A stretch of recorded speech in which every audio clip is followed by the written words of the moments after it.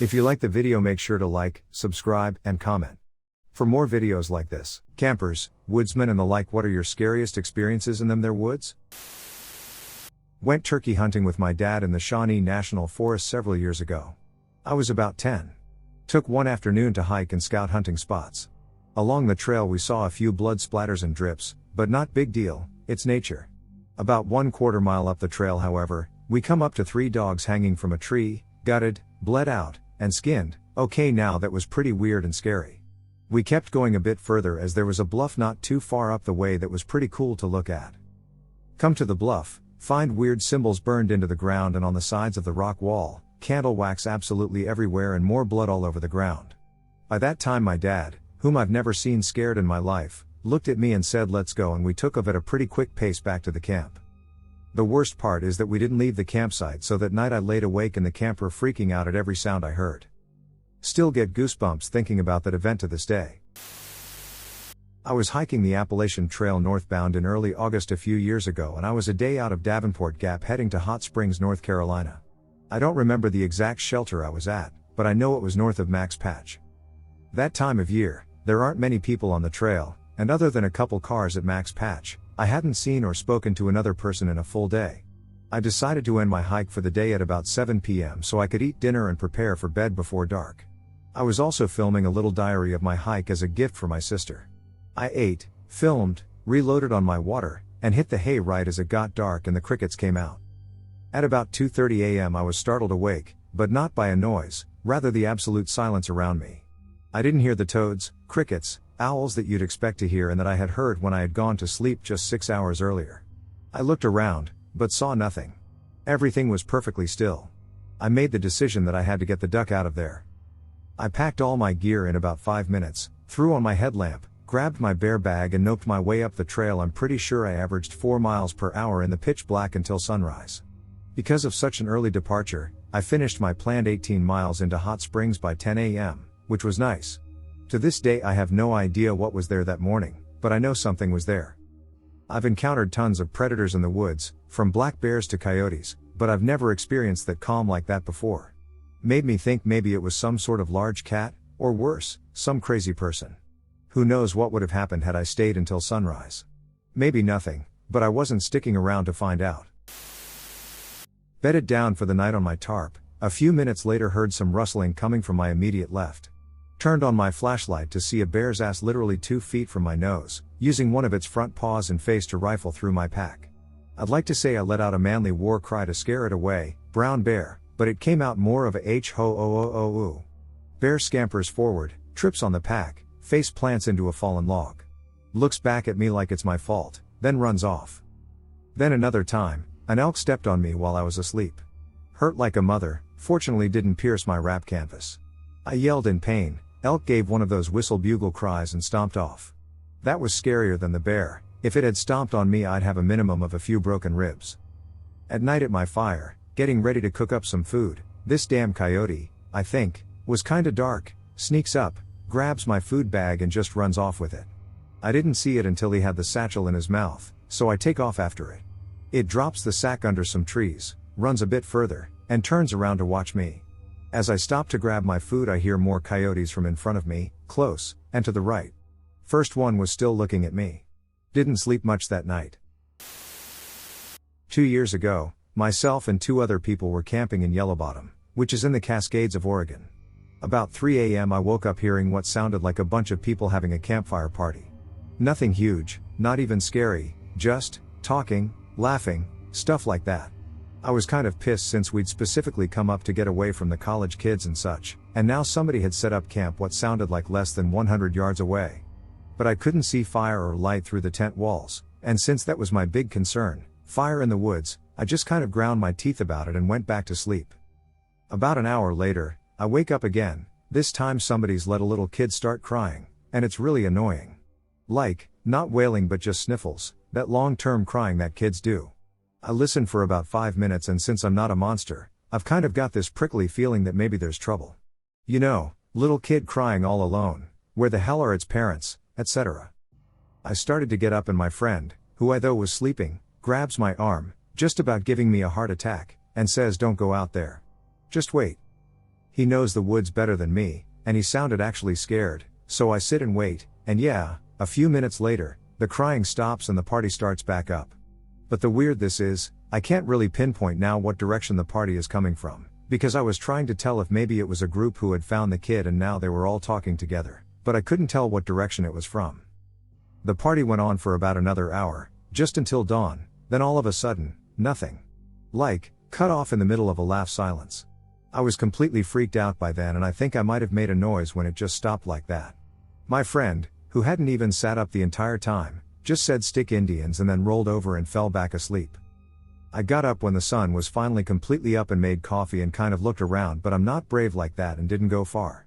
But there was nothing, no campfire, not tents I could see through the trees, nothing.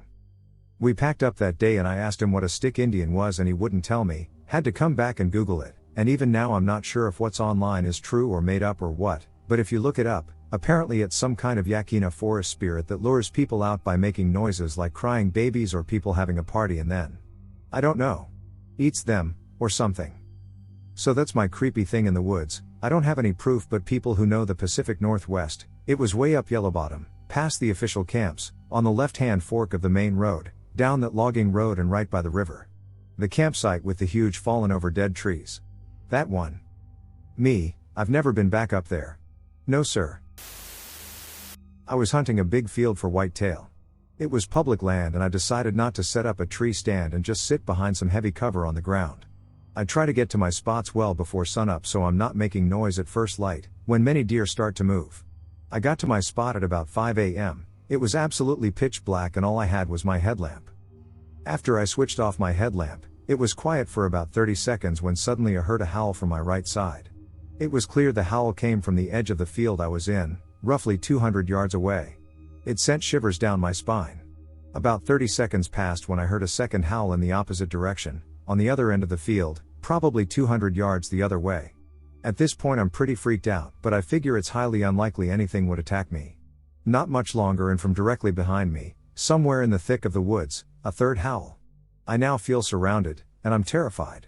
My truck was about 500 yards away to my left, along the edge of the woods in the field and down a narrow path that cuts right through the woods.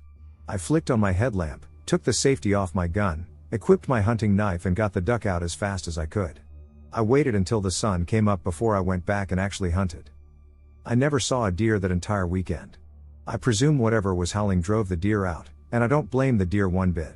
The entire experience was very scary, and I've done a lot of hunting, camping etc. I've spent a ton of time in the woods both during the day and night, and nothing has ever freaked me out so bad.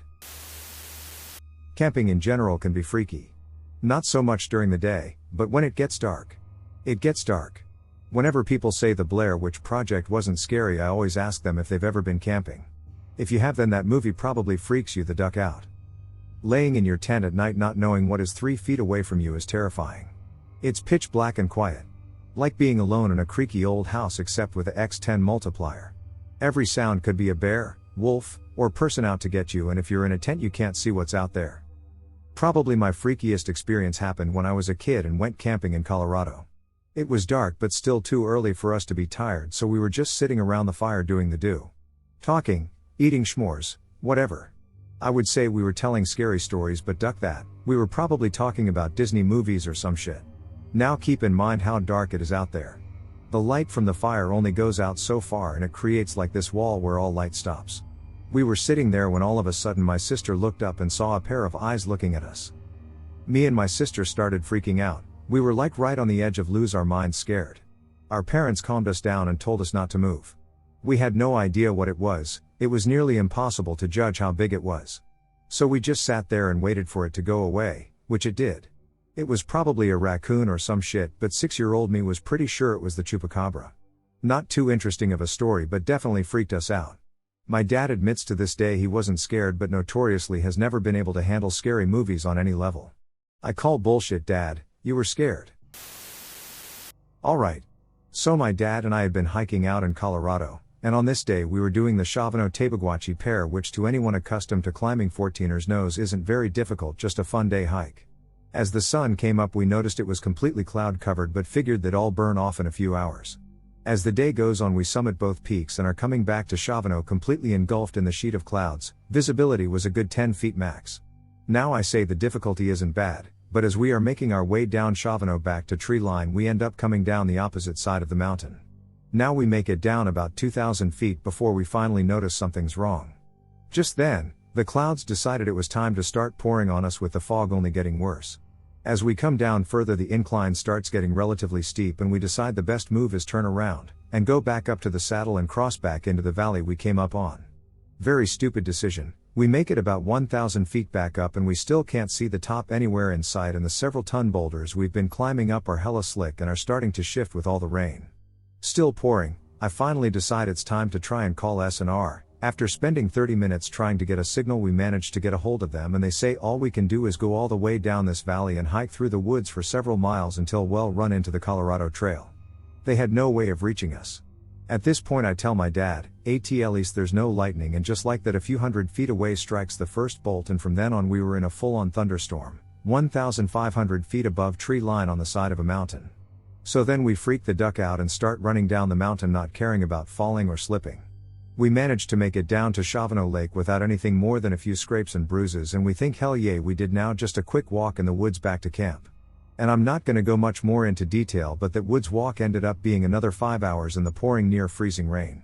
I will never forget how good the shower felt that night.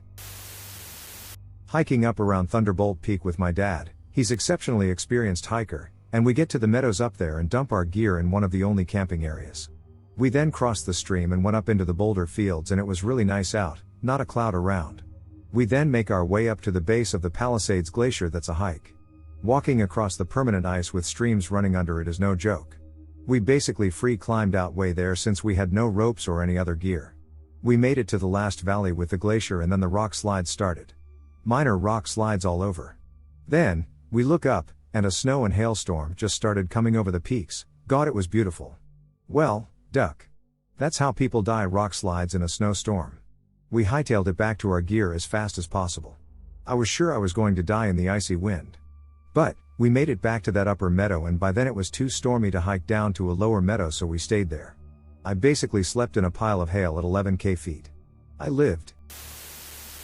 I was doing an overnight in a nearby nature preserve, testing out some new gear. I'd hiked that place many times and knew it well. I chose a spot a little too close to the water, however, and being Michigan in the summer, dusk brought mosquitoes. All of the mosquitoes. I made a small, punky fire that kept them at bay. But once I put it out and turned in, sharks came cruising. I tried to stick it out, but by 00:00, I got the duck out of Dodge. It was really a lovely night, though. Clear sky. Full moon. It was nice having the forest to myself. Except I didn't. I was walking a trail below a ridgeline and I could sense something keeping my pace above, a bit behind, and to the left. I walked, it walked. I stopped, it stopped. The area was too densely wooded to make out anything by moonlight. It made barely a sound as it moved. Just an occasional leaf or twig cracking. I've got pretty exceptional hearing and smell, and there was just a hole where I thought it should have been. If it were a predator big or bold enough to stalk me like that, I had a strong feeling that taking off in a run would have made it give chase. So I walked. For miles this thing was tracking me. I think that was the first time I ever had a cold sweat, just trying to remain calm and not give in to the flight urge. After a couple of hours I got near the entrance of the park. Close enough that you could make out the ugly yellow of the sodium lights near the main road. Round about then I noticed that whatever was there just wasn't anymore. It let me exit the park unmolested, but with a new respect for the things that go bump in the night. So many scary times. Crouching in a ditch in the Tetons, on the balls of my feet, with my hands over my ears, while lightning struck all around me. Being stalked by a big cat in the Wasatch Mountains above Salt Lake City. Saw him jump out of a tree and noiselessly vanish. Encountering a black bear on a mountain bike trail in Idaho. Encountering a moose on a mountain bike trail in Idaho. Encountering a herd of elk on a mountain bike trail in Idaho. Encountering rattlesnakes on mountain bike trails in Idaho, Oregon, and Utah.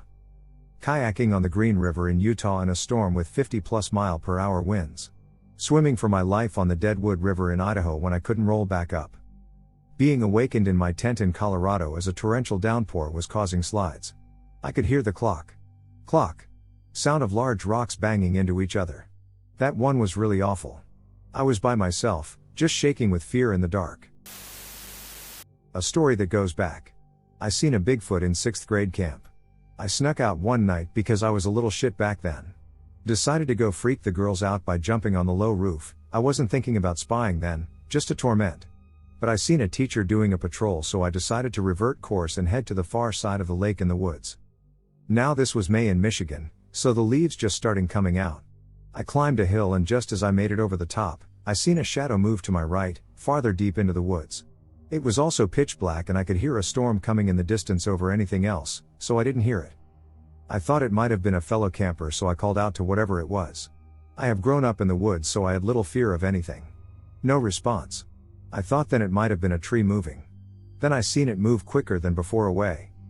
You know that saying, curiosity kills the cat? Well, that was no different for the enragement child I was.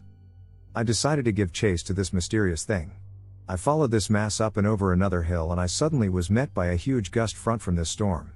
Then came the gushing of rain. I was distracted by this for a second, but when I regained focus, the shadow was gone. I had to find it again, so I went a-wandering in the rain. I stumbled around for who knows how long until I was struck by a sickening feeling. I had no idea where the duck I was or where camp was. I shit myself then and there. But that feeling could not compare to the complete bowel removal I was about to have. I decided duck the shadow, I need to get back in bed before wakey time. I took a direction and went with it. But then I could hear footsteps over the rain and wind behind me. That meant one of three things. This thing was close. This thing was huge. Both. Turns out, it was the latter. I turned around, and for whatever reason lightning struck close by, lighting up the woods. And there, 10 yards behind me, was a 8-foot plus humanoid creature, who was in mid-stride at me. After the lightning subsided, I froze. Then, I yelled. What the F you? But before I could get the rest of it out, it gave a roar, so loud and so close, I could feel its breath on my face. It took off the way I came from, and I was left there with my newly baggy shorts. I was speechless. I just ran towards the direction I was going before I erupted on the shore of the lake. I slipped back into camp unnoticed and into the bathroom and just broke down. Later, I tried telling my friends, but they just thought I was joking. My husband and I had a hiking trip planned into some West Texas canyons. A couple of weeks before we left, I got super sick, and had just finished taking a course of Cipro, so I wasn't in great shape, but we decided to go anyway, since we were staying at a B&B a few miles from the canyon and not camping. We got there in time to take a quick, maybe 45-minute, hike before heading to the B&B, so we found what we thought was a short trail. Marker said it was only a mile long. After hiking around for close to 2 hours, with no water, we finally came back to the main road, a considerable distance from our car. At dusk. I'm completely beat, as I'm still recovering from being sick, so my husband tells me to wait and he'll go for the car. He walks off down the road, and after a while, I start feeling better, so I figure I'll follow, and we'll get out all the sooner. I can barely see him in the distance ahead of me as I trudge along the road. That's when the park ranger comes along in his truck and drives past me without slowing down. I see him pause alongside my husband, talk to him, and continue on. Safe to say, I'm a little pissed, but I got myself into this, so no one to blame but myself. So it's getting dark, and off to my left and ahead I hear coyotes howling. At first I think this is my husband being an asshole. Then I hear them answer off to right behind me. Then to the left again. And the right. I pick up my pace, even though I'm practically dying at this point. Then I look down, and there's the lower part of a deer leg laying beside the road. Fresh. Turns out I could go a little faster after all. A few years ago I was doing an escape and evade which went through the night. There was 4 of us in the team out in the middle of nowhere in the UK. We were in between 2 forests about 1 kilometer apart from each other and had decided the quickest route would be to go through the forest ahead to get to where we wanted to go. It was pitch black, and with no lights we focused on a particular part of the forest to head towards to make our entrance in. As we got to the edge of the forest we discovered a collection of human skulls lined up which instantly freaked us out. We could also see there was a well-worn path leading into the woods. So yes, what did we do? We proceeded to follow it to see where it went. I do recall thinking at the time this is what people do in horror films right before they get butchered to death. After a bit of walking along this path we come to a cleared out section. We then see a collection of makeshift huts out of random bits of junk, and as we proceeded further my mind is racing that there could be people in them and if they wake we would be surrounded. I then signal for everyone to retreat out the way we came. I must point out it was around 2 in the morning and we are in stealth mode, not a single word is being said. We exit the way we entered and give ourselves a good 200 meters or so distance from the forest and take a knee together to whisper what the duck we just seen. As we are all collectively freaking out, we then hear from the forest behind us. Remember, we are in between two forests, drumming and what sounded like quite a few people not singing but humming and chanting. I had a vision of hundreds of people coming running out of the forest towards wanting to add our skulls to their collection. For some bizarre reason during this I told everyone we would be fine as we were all wearing camouflage and face paint, we just lie down if anyone emerged from the tree line. After probably a couple of minutes hiding and scanning both tree lines to check if anyone is emerging, we quickly head back towards the forest with the huts but way off to the right of the entrance and make a quick exit, all the time checking our backs. One of the most bizarre and crazy things to stumble across in the middle of nowhere. I kind of put it down to devil worshippers, which I have encountered before. But that's another story. 2 stories, neither of them incredibly scary, but at the time I was scared. One time I was with my scout troop at a big gathering of our council, me and 4 other scouts and 1 adult decided we wanted to take a hike. It was probably around 1 and we planned to get back around 5 for dinner. The rest of the troop was cooking. Well, we took a wrong turn and were walking a longer loop than we planned and it started getting dark. We had 1 flashlight and like 2 energy bars and maybe 2 liters of water. We were walking in the dark until 9 when we got back to site. We were never really in any danger, but I was small and I was scared of being stuck in the woods for a night completely unprepared. I'm sure that we had the knowledge to make a decent shelter if we had to sleep on the trail, but I was still scared. The second, I was on a scouting trip with 2 other people my age, where we're scouting a trip for my school's outdoor education program. We got to a campsite and ate. It was mid-late August and the sky was clear and it was warm, so we decided to just sleep in the open. It got dark and we unrolled our sleeping mats and sleeping bags around an old fire pit that had been filled in with rocks and fell asleep. I woke up maybe an hour later to little pitter-patters of animals. I thought nothing of it because, well, I'm used to the sound of the woods when camping, but then I felt tiny little feet climbing over my arm and hand. I sleep on my side with my head resting on the bicep of my outstretched arm. I started and grabbed my flashlight from my boots next to me and turn it on, and field mice are skittering around coming from the old fire pit where they had evidently made their home. After that I relaxed and went back to sleep, but before I saw it was mice, I was very worried about a raccoon, or possum or porcupine getting into our stuff, but we had put up a bear bag with our food so the mice weren't going to destroy our food or really do anything bad. We did end up using that campsite for our trip, but we slept far from that fire pit. Best to leave nature alone if you really want to have the best experience of it. A friend and I were hiking the Linville Gorge Loop in North Carolina. On our second night, we decided to sleep in our hammocks with our packs under a basic shelter, with enough space for us if it started to rain. After sleeping for a few hours, we awoke to a loud creaking sound, poked our heads out of our bags just in time to watch a massive tree begin to lean heavily. Looking, way up at the canopy, I saw the tree collide with another and momentarily come to rest. After just enough time to realize how close they were to where our hammocks were hung, they both crashed to the ground with the single loudest sound I have ever heard. The 2 trunks seemed close in the dark, but we decided to try to sleep until morning, quite the challenge with our hearts racing. At first light, we inspected. The trunks of the larger tree was about 5 feet in diameter and landed within 5 feet of the tree my hammock was tied to. After pacing out the height, about 180 and 140, we realized the center of the canopy had landed directly on our simple shelter. The lack of rain that night likely saved our lives. We were able to cut through to our gear, and were no worse for wear, except some smoky tasting water, the result of a bent pot used to boil our drinking water. I used to live on a mountain in the Rockies of North Idaho. I've had black bears in the woodshed, big bucks feet away, seen a grizzly from my truck window, bobcats, elk, just never seen a wild wolf or big cat, yet. I've had some scary things like being on a trail and hearing a crashing through the trees by something you know is big and hearing it jump into the lake. But the scariest thing that's ever happened to me was when I was walking down the back road on our property. My ex's grandparents owned 24 acres, we owned 6 that was connected. You can only vaguely see neighbors' houses through the trees at the 2 edges of the property. I was out for a little stroll pondering life, minding my own. This part of the road is a slight uphill, left-hand turn. One side is a slight bank, the other is a drop-off into a little ravine. Water flows under the road and surrounded by thick trees and brush. I was deep in though when instantly, hooves. I believe along with that fight or flight response, there is also an equal amount of fear and an increased thought process which allows your adrenaline and brain to help you make the choice of what to do. I couldn't tell in that instant whether or not the sound was coming closer or going away, but my brain an image in my head before I could even look up that it must have been the neighbor's daughter using our road to walk her horses like she does when she's home from college. When I looked up though, I saw a horse with no rider.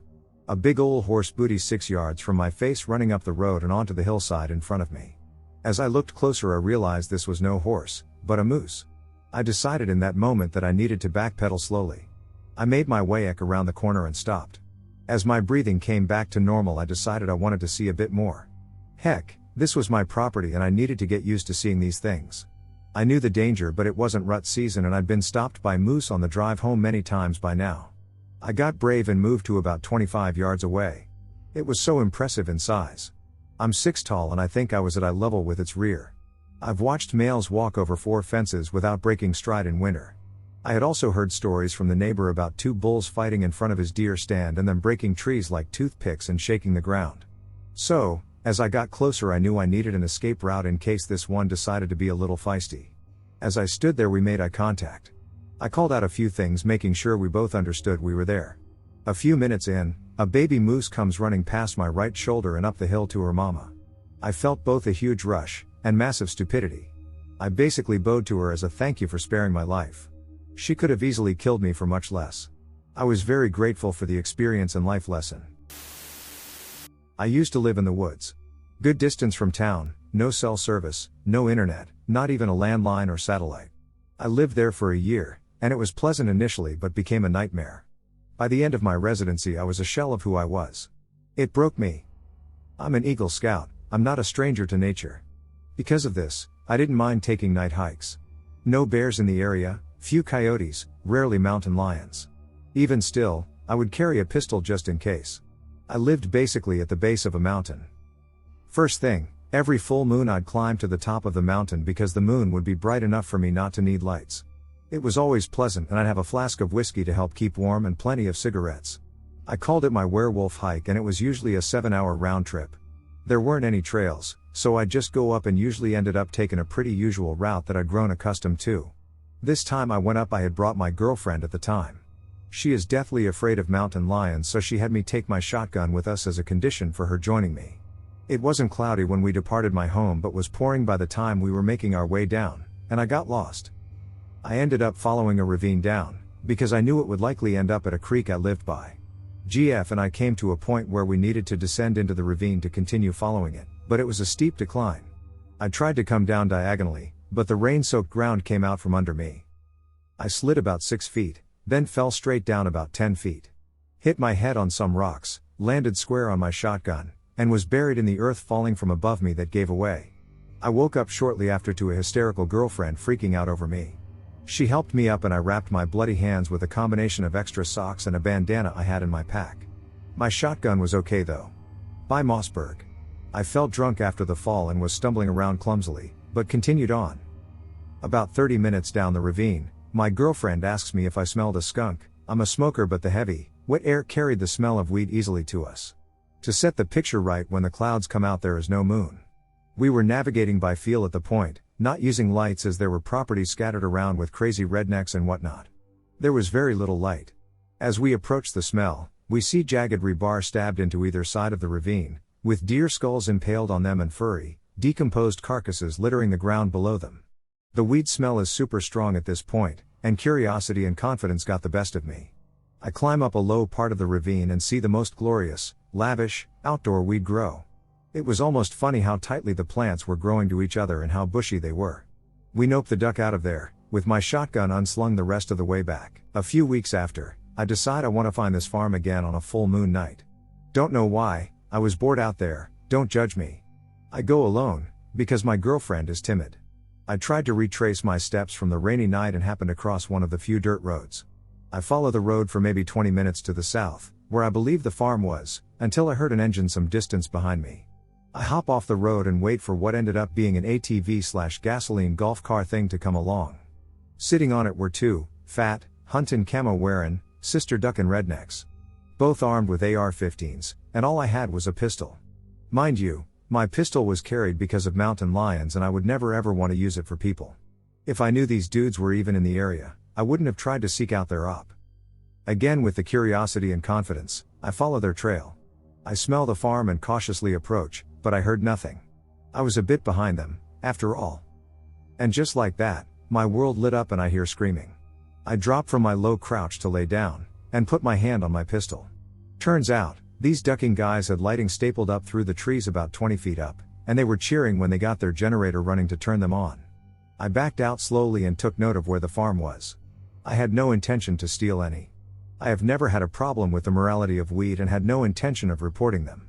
At this point in my life I didn't smoke a whole lot, I suppose I just liked poking my nose where it didn't belong. A few months after, I ended up finding out those guys lived about 4 miles up my road. They were brothers and liked to smoke a bit of ganja and were very open that they grew. Actually really nice dudes.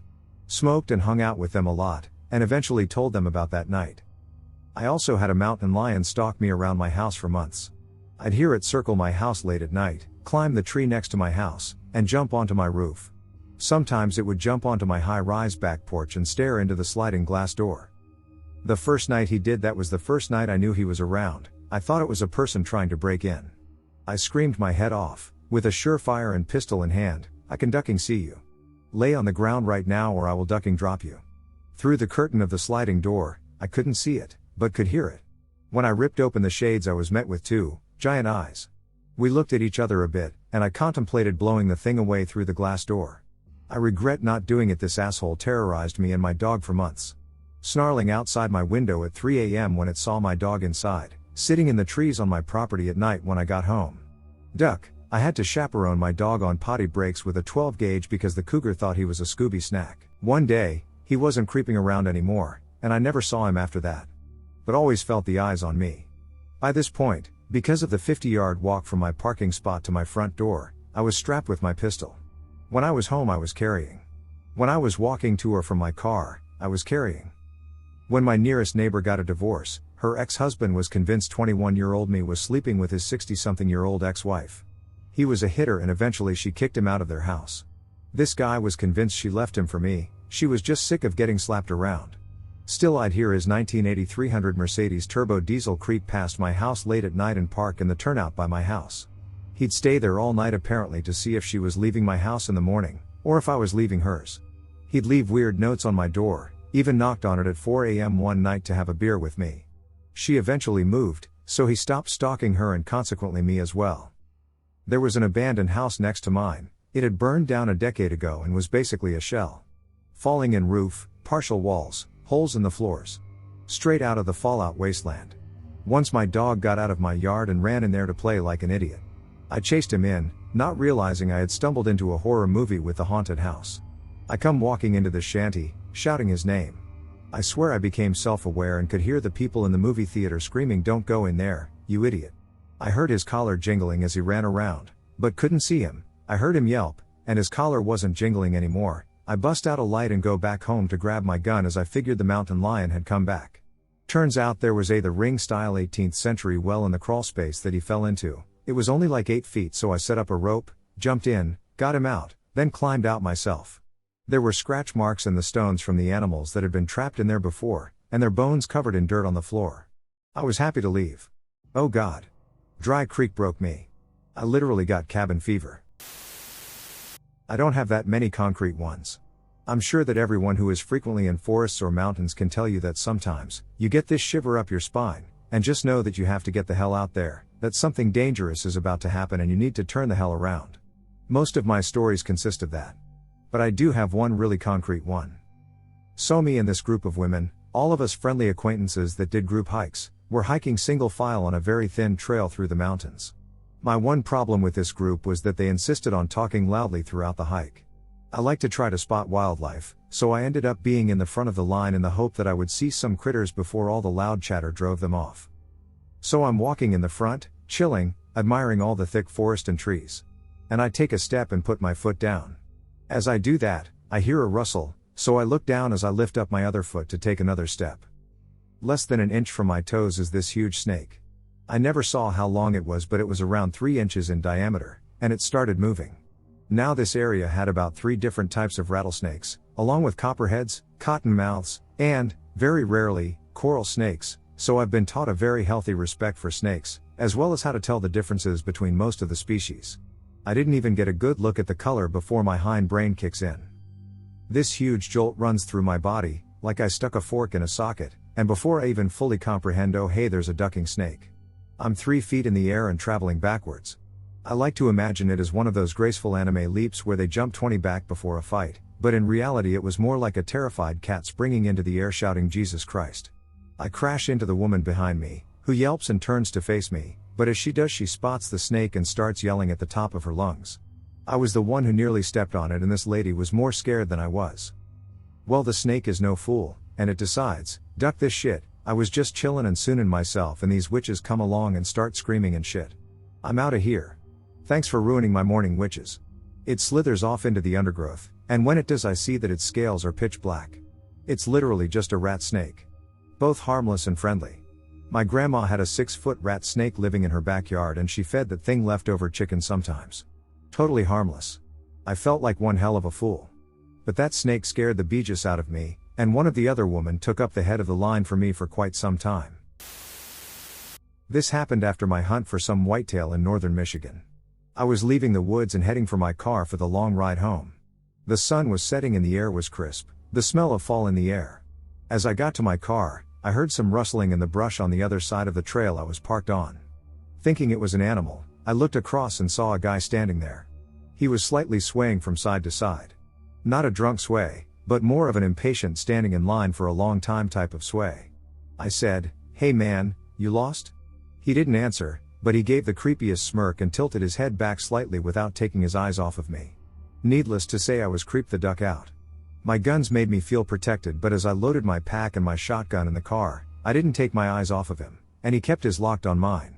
I kept my 9mm on me in case he tried something. I was parked parallel to the trail, so when I got in the car, I could still see him. I drove and checked my mirror. He was in the middle of the trail just walking in my direction. That was the creepiest day hunting I have ever had. Got bluff charged by a brown bear maced it and left it crying in the woods while I ran away like a witch. Found an empty campsite, full of tents and supplies, no people around. Called out and got zero response. And finally, had to take a massive shit. Random dude called out, "You too?" Apparently it was a popular shit spot. I did land surveying work for years in Florida and over the years had tons of encounters with wildlife. Also have been shot at by mistake by drunk hunters, escorted off of property at gunpoint by angry property owners. Dealt with angry bulls and dogs. Been in quicksand to my armpits. One of the few things that I ever dealt with that would make me lose it and run were stinging insects like hornets or yellowjackets. Over the years I estimate I have been stung hundreds of times. When I started in my 20s, back in the 1980s, I worked with a bunch of bikers who were all Vietnam vets. These were literally tough guys. I can tell you now that a swarm of thousands of pissed off yellowjackets will scatter a group of tough guys and have them on the run, in seconds. Oh, I have so many of these. I'm expecting a bunch of bear and wolf stories in this thread, so how about a moose story? So there's this island in Lake Superior called Isle Royale. This island really cool because it is full of wolves and moose that supposedly walked to it when Lake Superior was frozen over a long time ago. But there are no bears. So when you go there your bear protection can be fairly lax. For our group, that meant we could hike in relative quiet without fear of surprising a bear. So along the entire length of the island is this big ridge line, and it was awesome hiking. One day as we were walking along this ridge we hear some rustling to our right, at the base of the ridge, and when we look to see what it was we see 2 baby moose, but no mama moose. Now this is true of just about every animal I have ever encountered, but moose are very protective of their young. So seeing these baby moose, but not their mom, was pretty strange. But as we are watching the baby moose do their thing, we hear huffing from the other side of the ridge. Turning around we see the mama moose on the other side of the ridge. So we are at the top of this ridge standing directly between the mama moose and her babies. And the mama moose is just staring at us. Now this part of the ridge was fairly rocky, so to keep walking we would have needed to start walking directly toward the baby moose. Clearly this wasn't the option to take. Instead, all we could do was sit down on the top of the ridge and wait and hope the moose would leave soon. So we sit down, hoping to get low enough that the mama moose can't see us over the ridge line, and we wait, listening to the mama moose and her babies on either side of us. Eventually we couldn't hear them anymore, so we assume they left, and we get up and keep walking, and we don't see them again, but for the rest of the trip we were constantly looking around to stay out of the way of any more moose. I was backpacking in Colorado years ago, near Crested Butte. It was late June but was just unusually cold. One afternoon it clouded over like there was going to be a storm, and sure enough there was, a thunder snowstorm. Anyway, one evening it was getting towards dark and I found an open cabin. Nothing was in it, just some bunks that were built into the walls, but no other furniture or signs of occupation. I set my tent nearby and just waited to see if anyone came to stay, but by dark it was still empty, and there were no roads, so I assumed it was vacant for the night. I put my sleeping bag down inside on the bunk and tried to get to sleep. I should mention at this point there was a gravel path outside, and just as I'm dozing off I heard footsteps on the path. I sat up, turned on my flashlight, and said hello? The footsteps stopped. I got up and looked around outside, but didn't see anyone. I went back to my bag, thinking I'd mistaken the noise. Some minutes later I hear the footsteps again. Now I'm really starting to freak and went out again, this time with my sheath knife out and in my hand. Again, nothing.